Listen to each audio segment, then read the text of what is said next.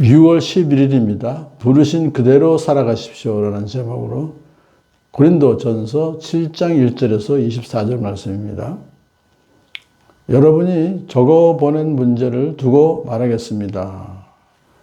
이제 사도 바울이 그 고린도 교회에서 이것저것 바울에게 물어본 그런 이슈가 있었어요. 거기에 대해서 이제 말합니다 하면서 첫 번째로 결혼에 대해서 이렇게 말하죠. 남자는 여자를 가까이 하지 않는 것이 좋습니다. 그러나 음행에 빠질 우려 때문에 남자는 저마다 자기 아내를 두고 여자도 저마다 자기 남편을 두도록 하십시오. 결혼하는 것이 좋다 그런 뜻입니다.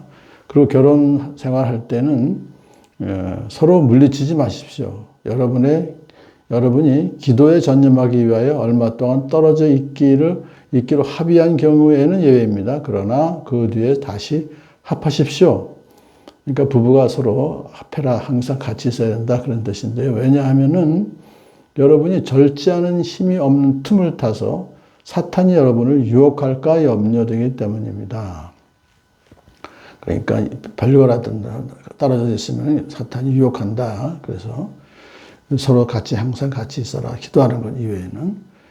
자, 그 다음에 이제 혼자 사는 자들에 대해서 이렇게 말합니다. 결혼하지 않는 남자들과 과부들에게 말합니다. 나처럼 그냥 지내는 것이 그들에게 좋습니다.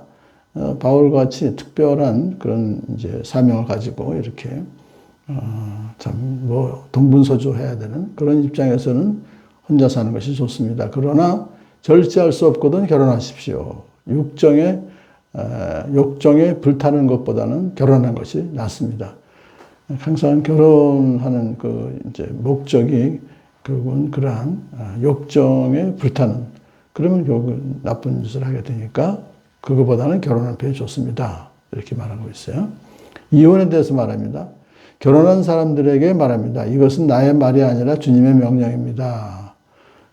여태까지 얘기한 것은 되게 자기의 생각이다 그런 뜻이고요. 이제부터 이 말씀은 주님의 명령입니다. 아내는 남편과 헤어지지 말아야 합니다. 만일 헤어졌거든 재혼하지 말고 그냥 지내든지, 그렇지 않으면 남편과 화해해야 합니다. 그리고 남편도 아내를 버리지 말아야 합니다. 결혼하면 이혼하지 말라는 뜻이지만 또 불신 결혼에 대해서는 뭐라고 얘기하니까 이렇게 말합니다. 그러나 믿지 않는 사람 쪽에서 헤어지려고 하면 헤어져도 좋습니다. 믿는 형제나 자매나 이런 일에 얽매일 것이 없습니다. 하나님께서는 여러분을 부르셔서 평화롭게 살게 하셨습니다. 이렇게 이제 헤어지려고 하면 헤어져도 좋다라고 말하지만, 그렇지만 이제 그의 속마음은 아내 되니여 그대가 혹시나 그대의 남편을 구원하는지 어찌합니까? 남편 되니여 그대가 혹시나 그대의 아내를 구원하는지 어떻게 합니까? 하니까 믿지 않는 배우자와 결혼하는 것은 그 상대방을 구원에 이르게 할 그런 또 찬스가 되기 때문에 이혼하지 말고 살아라 그런 뜻입니다. 이러한 이제 결혼과 이혼과 독신에 대한 얘기를 하면서 이제 결론적으로 이제 이렇게 17절부터 얘기하죠. 각 사람은 주님께서 나누어 주신 분수 그대로 하나님께서 부르신 처지 그대로 살아가십시오. 각 사람에 대해서 다 다르다는 거죠. 다 일률적으로, 천편일률적으로 이렇게 해야 된다 그런 것은 아니고요. 이것은 내가 모든 교회에서 명하는 지시입니다. 그랬어요. 근데 이제 그 각자가 부르신 처지 그대로 살아가십시오 할 때에 이제 그 이해가 뭐냐면, 할례를 받은 사람, 할례를 받은 몸으로 부르심 받은 사람은 굳이 그 할례를 받은 흔적을 지우려 하지 마십시오. 그대로 사십시오. 또한 하나 할례를 받지 아니한 처지에서 부르심 받은 사람, 이방인들은 그냥 굳이 할례를 받으려고 하지 마십시오. 할례 받지 않아도 됩니다. 할례를 받은 것이나 안 받은 것이나 그것은 문제가 아니고 하나님의 계명을 지키는 것이 중요합니다.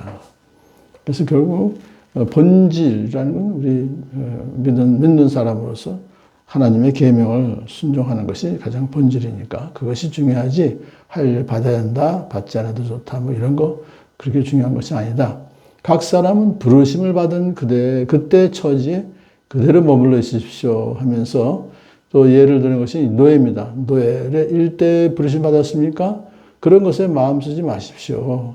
그러나 자유로운 몸이 될 수 있는 기회가 있으면 어떻게 해서든지 그것을 이용하십시오. 육신의 자유도 중요합니다. 하지만 노예일 때 그냥 또 자유를 얻기 위해서 다른 부정한 방법이나 이런 걸 쓰면 안 됩니다. 정당한 방법으로 기회가 있으면 열심히 또 이용하십시오, 기회를. 주님 안에서 노예로서 부르심을 받은 사람은 주님께 속한 자연입니다.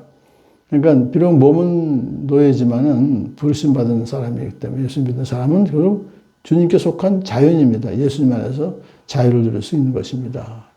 그와 같이 자유인으로서 부르심 받은 사람은 그리스도의 노예입니다. 거꾸로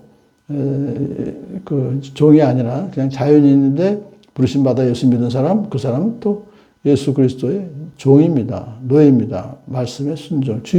예수님은 주님이시니까 예수님 믿는 성도들은 노예다라고 하는 것이 결코 이상한 거 아니죠.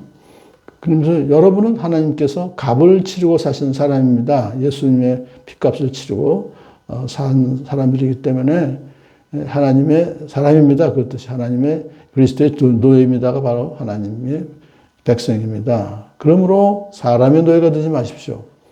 예수 그리스도의 노예인데 왜 사람의 노예가 됩니까? 그런 뜻이죠. 사람의 노예가 되지 말라는 뜻은 사람의 인정이나 시선으로부터 자유하게 사십시오. 세상의 시스템과 가치관에 끌려다니지 마십시오. 나의 주인이 내가 아니라 하나님이라는 것을 잊지 마십시오는 그런 뜻이 들어있죠. 형제자매 여러분 각각 부르심을 받은 그때 처지에 그대로 있으면서 하나님과 함께 살아가십시오. 그 변화를 이루려고 억지로 자기 변화를 이렇게 하지 말고 그대로 있으면서 가장 중요한 것은 하나님의 명령을 지키면서 하나님과 함께 살아가는 복된 하루 되시는 여러분들에게 축복합니다.